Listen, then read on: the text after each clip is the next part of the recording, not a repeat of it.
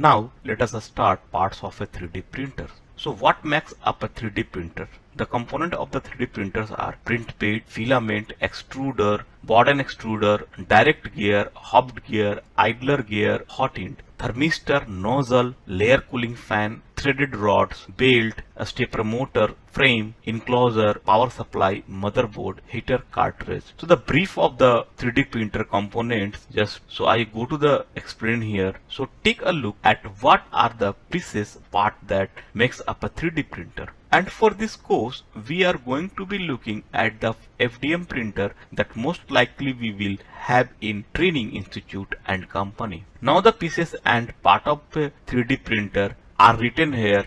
These are pretty much all of them. There might be some little things like a screw or zip ties or whatever not that are listed here, but these are the biggies, and we are going to take a look at each one of those things to learn what they do and what part of the printers they are. Come to discuss print bed. Okay, so here is a standard FDM printer. It is just a fantastic printer. We will be talking more about this later on different type of printed use. But this is a standard 3D printer, and first they want to take a look at is the print bed, and this really matters. It is where the print happens, it is where the print is built, and there can be a couple of different kinds. There can be a heated bed, and you might guess that those are beds are get hot, they are heated, and the heat definitely helps the print it here to the bed. Because you have got hot plastic, it hits a hot surface and it bind to it and it stick. It goes to a cold surface. A lot of times it will slide around and it won't stick. So a heated bed is good things to have. I would definitely, if I was going to get my first 3D printer, get one with a heated bed, and most of them come with heated beds. And of course, as you might guess, a not too bad is no heat to it. They do not heat up, and it can really, create wrapping because the plastic hits it and cools things. Why not stick to it as well? So a heated bed is really important. Now the other things with your print bed that you want to look at is each size. Now this size is roughly 300 by 300 by 320 or sometime like that. So the bigger the print bed, the bigger print. So as you can see, this primed pretty large and very high. So I could make a print that is pretty much that wide and as high as this printer is. Now you can use a lot of filament, but you can do that. You have got to start thinking, what am I going to be printing?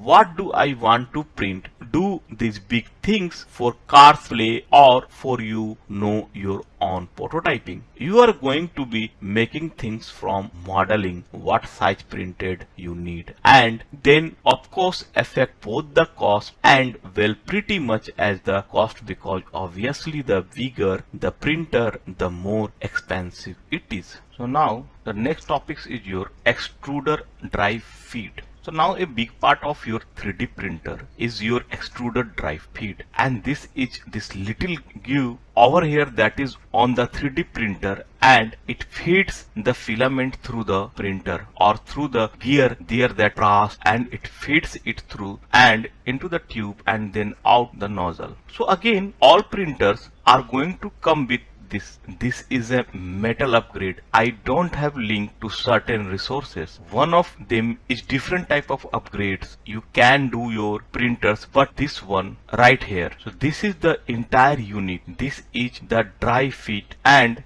we are going to look at the pieces for this drive feed as we go. The next topic is your stepper motor.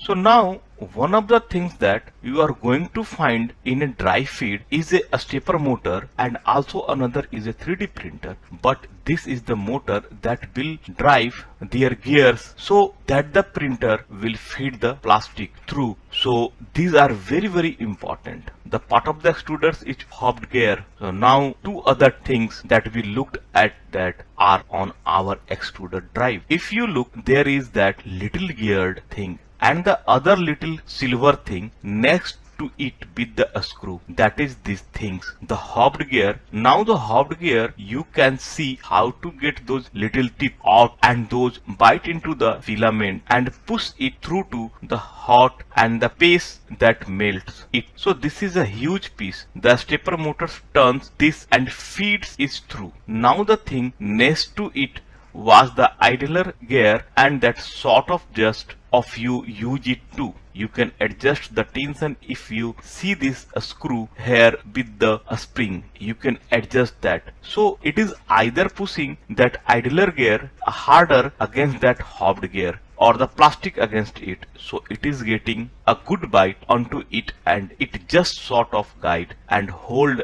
and create a little bit of tension to keep the filament in line so it does not move all over the place and get feed through. So these two things are very important. Keeping your printer in good maintenance to make sure that these things are tight is a great thing to do. We are going to be looking at this in the bottom of the shot of the troubleshooting section and things that can go wrong when things go wrong. A lot of times this is one of the main point, something going on in your extruder drive. The other topics is your filament. Of course, another part I guess is technically this is not a part of the printer, but you definitely need it, the filament, and it is made from different polystyrene or nylon, different type of plastics, and this is your filament and it is obviously used to create the actual print.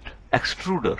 We are going to do is look at the extruder, and this is where the magic happens. This is what feed the filament. We have already looked at that, the feeders, and of course the second part of that is the hot end, and that is that chrome piece in the image over there, and that is made up of its own pieces, parts that do what it needs to do. But it is in that chrome pieces that the filament is feed heated, melted, and then extruded, say out that little brass and that little orange brass colored nozzle at the bottom. So now before we take a look at some more detail on the hot end, which is again where it all happens. The next part is your bronze extruder. Let us take a look at there is two different type of drives, two different type of extruder and engine that we can use in 3D printing. And the first one and the most popular one is the Borden extruder, and that uses a Borden, too much Borden tube,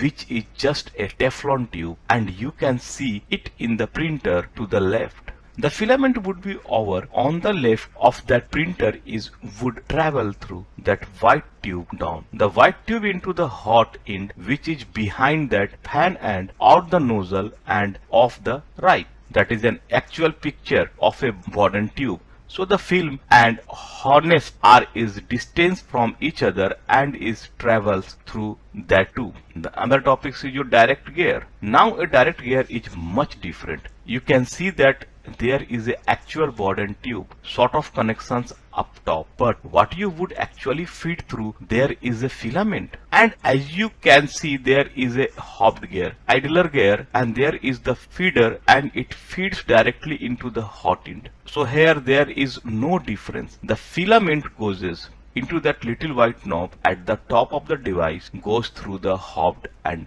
right into the extruder. So there is no distance to travel through the Borden tube. Now this can be of a benefit sometimes because sometimes a Borden or can get clogged or crimped. But again, most of the printer you are going to see they use the Borden methods. Now the next topics is your Borden extruder pros, Borden extruder cones. Now what are the pros and cons of a Borden extruder? Now a Borden extruder, the pros, it weightless, which cut down on vibration. Now as you can guess, if something is trying to do something precisely and laid out layer of a stacked plastic, you do not want a lot of vibration because vibrational cause defect in the print. Some of the cones filament need to travel through the tube and it can get stuck along the way, and it is hard to point PFX flexible filaments. We are talking about those in a little bit, but you might have guessed by the name. These are filaments that are very rubbery and will create a rubbery material, and in this way it can feed through that too. And you can get more oozing and retraction because of the space between the gear and hot end. So what that meaning is when you retract the plastic, so you don't have a stringing or blobs of plastic. Since it has to retract all the way through the tube, there is such a distance the retraction can be little tricky and you can get again some defects. So now the direct drive pros and direct drive cons. Now let us look at the direct drive, the pros. There is a short distance between the extruder and the feeder, so it is more aggressive, so you are going to have less retraction issues. Now again, retraction is when the filament is pulled back up through the nozzle to get rid of a stringing and blobs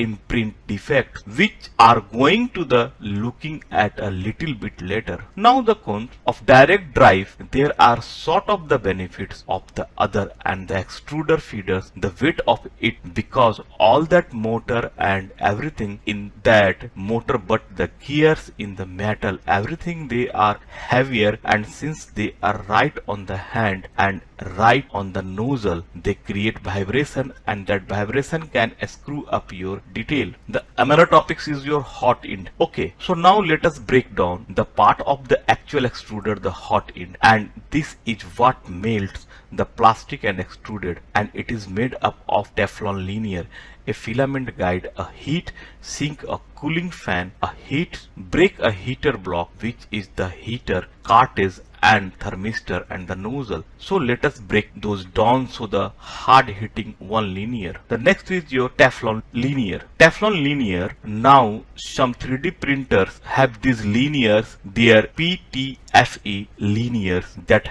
can handle heat, and they help sort of keep the plastic cooler as it is moving through the top part of the hot end, so we do not get any clogging or sticking in it. Make it easier to print PLA, but it also limits some of the temperature you can use, because you now the printer won't let it go too high or you can actually damage that Teflon linear. Now again, a lot of printers do not have that. Some do, some do not. Check with your manufacturer. The next is your heat sink. If you are does, they will get the heat sink, and that is that big. This is big gray area, and what a heat sink does, it is helps cool down and helps dissipate heat, and you will see almost all of them have the sort of groomed area to give it more surface area to dissipate heat. Again, what it is trying to do is trying to at this point keep this plastic you now not melting, because it still has to get all the way out to the nozzle,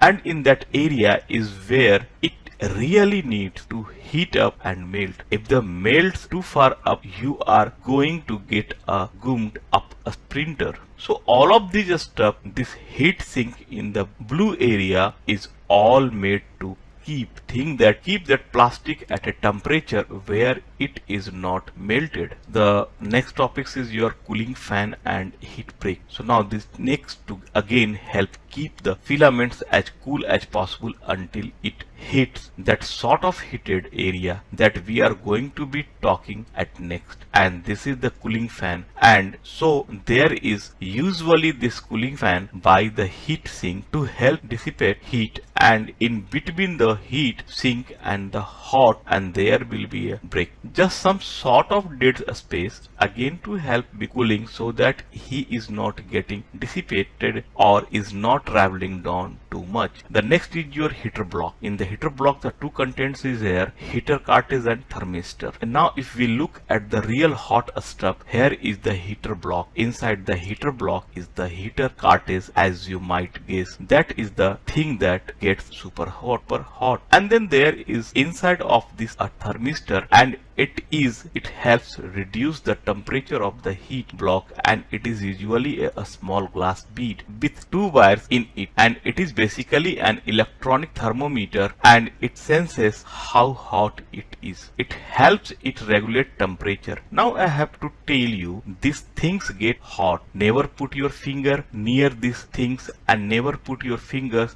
near the nozzle. The other topic is your nozzle. Now the nozzle is the tip of the hot end, and nozzle can go anywhere between 0.25 millimeter to 0.75 millimeter. You can exchange them, take them out and replace them. Actually need to do that on a couple of my printers. We're going to talk about why you might want to do that, and if you can guess, the smaller nozzles have a smaller opening, and therefore they extrude a thinner, finer bead of plastic, so you can get more detailed prints that way, and larger nozzle the print faster, but of course less detail. Now again I want to retreat, do not touch that. I have made this mistake. Oh, there is a little blob of plastic there, and the things is cooling down, and I will go to wipe that piece of plastic away. Just flick it away with my finger, and instead I press up against this thing which is 300 degrees, and then I get like melted plastic on me,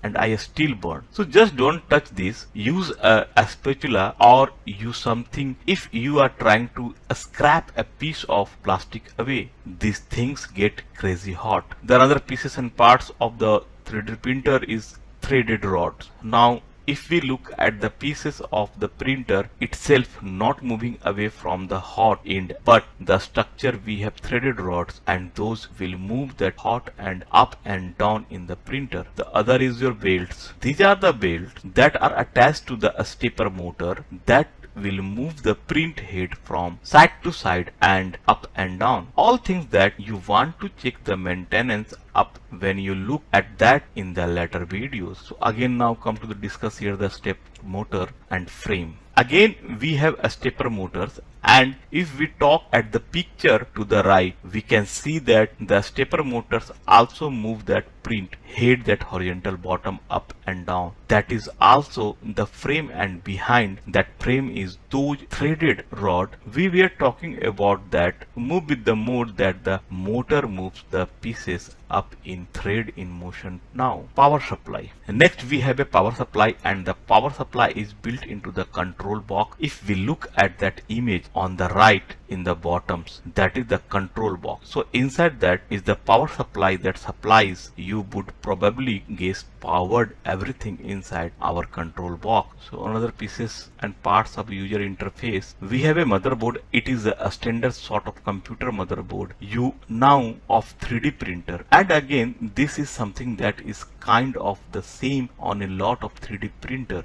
but can have it on little difference. We have a user interface, and this can be couple of different things. Most printer are, you are going to get now have a knob like to the right, and that helps you control the interface. Move the dial and it moves a little cursor, and it sort of you can select your thing. Printers also now are more and more coming with LCDs. So I have got one printer that use a knob and two other printers that use LCD. It is really something. I think that most 3D printers are going to the LCD methods from now, because it just look fancier, and although I have to say I prefer the knobs, it is more responsive. The connection of the printers is SD card slot, USB flash drive, and USB connections. SD and USB, how do we get our model into the 3D printer? We use one of these inputs. There are usually a USB input that will allow you to connect your computer. So there are that USB, and most of them come with a micro SD. So you will need a micro SD card, and we will go over some of the things, a little ancillary things you might need for 3D printing in later video actually, and some printers now are finally coming with, yes, the USB to connect your computer, but they are coming with a standard USB base, so you can just use a USB. stick. I love those because it is so much easier than having to keep track of little micro SD card. So there you go, the pieces part of the 3D printer. Now we look at this. We can see where the hot end is, where the different steppers, motor, the drive feed, the control box, where everything is the built, how the printer is put together. And next video we are going to take a look at our how do we use this now, how do we feed plastic through here, how do we get a good print, and then of course in later video how do we make those print look awesome. So thank you very much for watching this my video. So kindly share and subscribe my channel.